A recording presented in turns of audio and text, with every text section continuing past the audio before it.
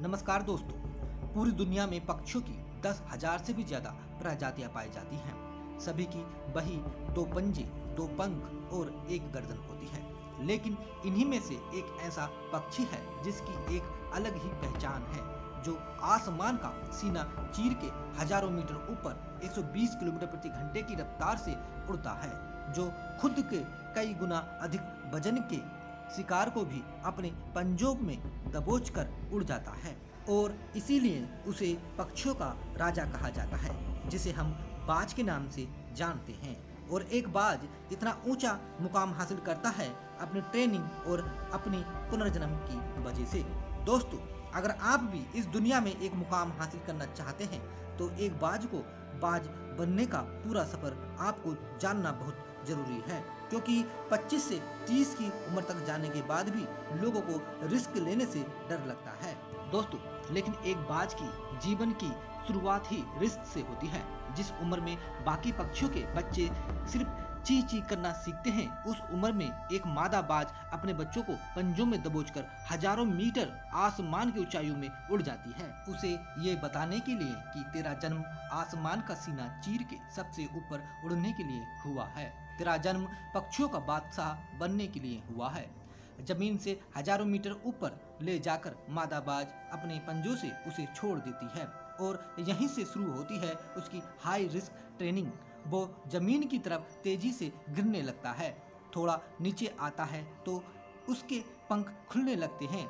नीचे आते आते वो अपने पंख फड़फड़ाने लगता है, लेकिन वो अभी तक उड़ना नहीं सीखा है। वो जमीन से कुछ ही ऊपर होता है। ऐसा लगता है कि कुछ ही सेकंड में उसका जीवन समाप्त हो जाएगा, लेकिन अचानक एक पंजा उसे अपनी गिरफ्त में लेता है और वापस आसमान में उड़ जाता है। वो पंजा होता है उसकी माँ का, जो उसके पीछे उड़ रही थी।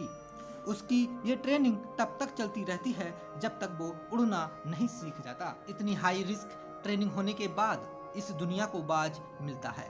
बारिश के वक्त जब सारे पक्षी आश्रय की तलाश करते हैं, तब यही बाज उसी बारिश में आसमान को चीरते हुए ऊपर निकल जाता है और बादल से कहता है, तू बरस ले, कितना बरसेगा, और फिर नीचे आकर चैलेंज करता है। दोस्तों, एक बाज की उम्र लगभग 70 साल होती है।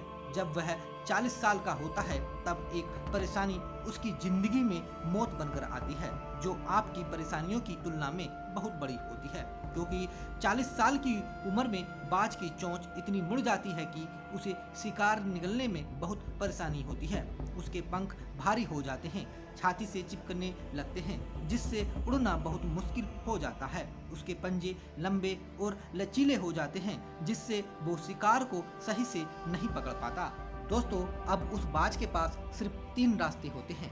पहला, वो अपने शरीर त्याग सकता है। दूसरा, गिद्ध की तरह छोड़े हुए भोजन पे निर्भर हो जाए। और तीसरा, सबसे कठिन और पीड़ादायक रास्ता, अपने आप को पुनः स्थापित का, फिर से आसमान का सीना चीर कर उड़ने का। और वो इसी तीसरे रास्ते को चुनता है और अपने पास के सबसे ऊंची चोटी पे पहुंच जाता है।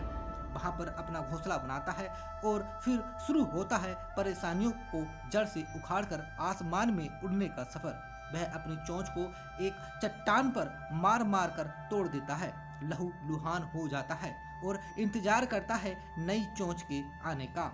उसके बाद अपनी नई चोंच से अपने पंजों को काट देता है और फिर इंतजार करता है नए पंजों के उग आने का। उसके बाद वह अपने एक एक पंख को अपने शरीर से अलग करता है और फिर इंतजार करता है नए पंख उग आने का। और इस प्रक्रिया में उसे समय लगता है पूरे 5 महीने का। दोस्तों, इन 5 महीनों की कड़ी तपस्या से एक बाज का पुनः जन्म होता है। वो फिर से तैयार हो जाता है आसमान का सीना चीरकर उड़ने के लिए। जो 3 रास्ते बाज के पास थे, वही 3 रास्ते आपके पास होते हैं। लेकिन कुछ लोग पहले रास्ते को चुन लेते हैं और परेशानियों के तले दबकर सुसाइड कर लेते हैं।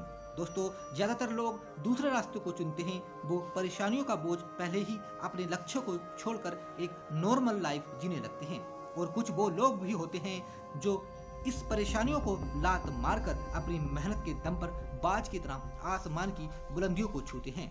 दोस्तों, बाज की यह ट्रेनिंग हमें बहुत बड़ी सीख देती है कि अगर रिस्क लेना पड़े तो ले लो, अपने फील्ड में अपने आप को इतना ट्रेंड कर लो कि उस फील्ड में आपसे ऊपर उड़ने के बारे में सोचकर लोगों के पसीने छूट जाएं, तभी आप अपने फील्ड के बादशाह कहलाओगे। दोस्तों, अगर आपको ये कहानी पसंद आई हो तो वीडियो को लाइक एंड चैनल को सब्सक्राइब कर लीजिएगा।